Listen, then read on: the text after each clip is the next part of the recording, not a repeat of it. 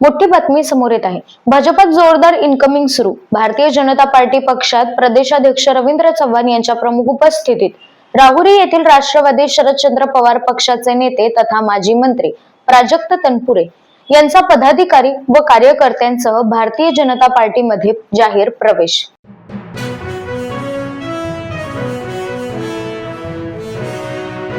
मुख्यमंत्री देवेंद्र फडणवीस यांनी नागपूर येथील भांडेवाडी बायोगॅस प्रकल्पाची पाहणी केली।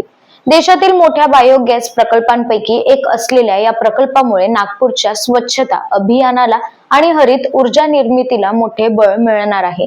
पर्यावरण संवर्धन, स्वच्छता आणि शाश्वत विकासाच्या दिशेने हे महत्त्वपूर्ण पाऊल ठरणार आहे।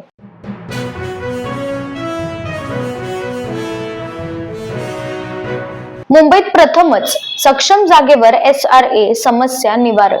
मुंबईच्या इतिहासात प्रथमच एक नवा आणि क्रांतिकारी पायंडा पडला आहे। राज्याचे मुख्यमंत्री देवेंद्र फडणवीस आणि उपमुख्यमंत्री एकनाथ शिंदे यांच्या गतिमान मार्गदर्शनाखाली झोपडपट्टी पुनर्वसन प्राधिकरण SRA व बृहन्मुंबईच्या पुढाकारातून विलेपार्ले पश्चिमेत आयोजित केलेले सक्षम जागेवर समस्या निराकरण शिबिर आज यशस्वीपणे पार पडले।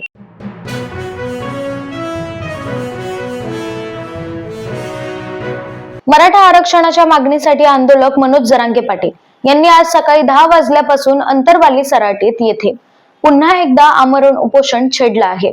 मनोज जरांगे पाटील यांचा उन्हात आमरण उपोषण।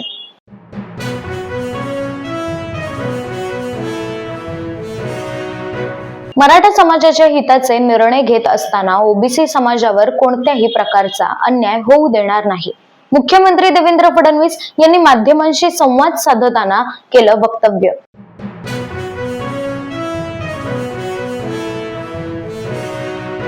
मनोज जरांगे पाटील, तुम्ही आमचे जवळचे स्नेही आहात आणि मराठा समाजाचा खंबीर आवाज आहात। तुमच्या या लढ्याला आमचा पूर्ण पाठिंबा आहे, पण कृपया या कडक उन्हात तुम्ही स्वतःला त्रास करून घेऊ नये। रामदास आठवले यांची प्रतिक्रिया।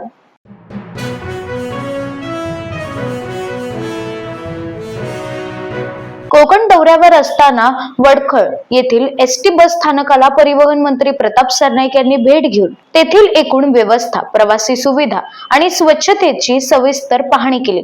यावेळी बस स्थानकावर उपस्थित प्रवाशांशी संवाद साधत बसेस वेळेवर येतात का, उपलब्ध सुविधा समाधानकारक आहेत का, तसेच स्वच्छतेबाबत त्यांच्या प्रतिक्रिया जाणून घेतल्या।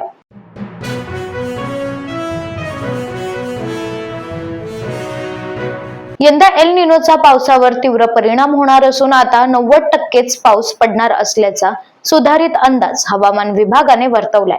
यापूर्वी सरासरीच्या 92% पाऊस पडण्याचा अंदाज वर्तवला होता। आपल्या कृषी प्रधान राज्यासाठी तर ही धडकी भरवणारी खूप मोठी धोक्याची घंटा आहे। यामुळे आवश्यक उपाययोजना वेगाने कराव्यात, यासाठी आमदार रोहित पवार यांचे सरकारला निवेदन।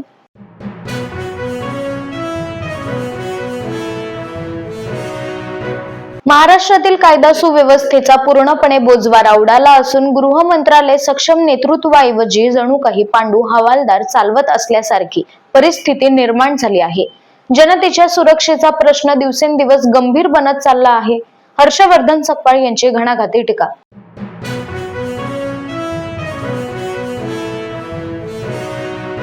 पश्चिम बंगालमध्ये TMC नेते अभिषेक बॅनर्जी यांच्यावर झालेल्या भ्याड हल्ल्याचा जाहीर निषेध करत दुसऱ्यांवर गुंडशाहीचा आरोप करणारे आज गुंडांचा वापर करून विरोधकांवर हल्ले करत असतील तर हे नक्कीच लोकशाहीसाठी शोभनीय गोष्ट नाही। आमदार रोहित पवार यांचं वक्तव्य।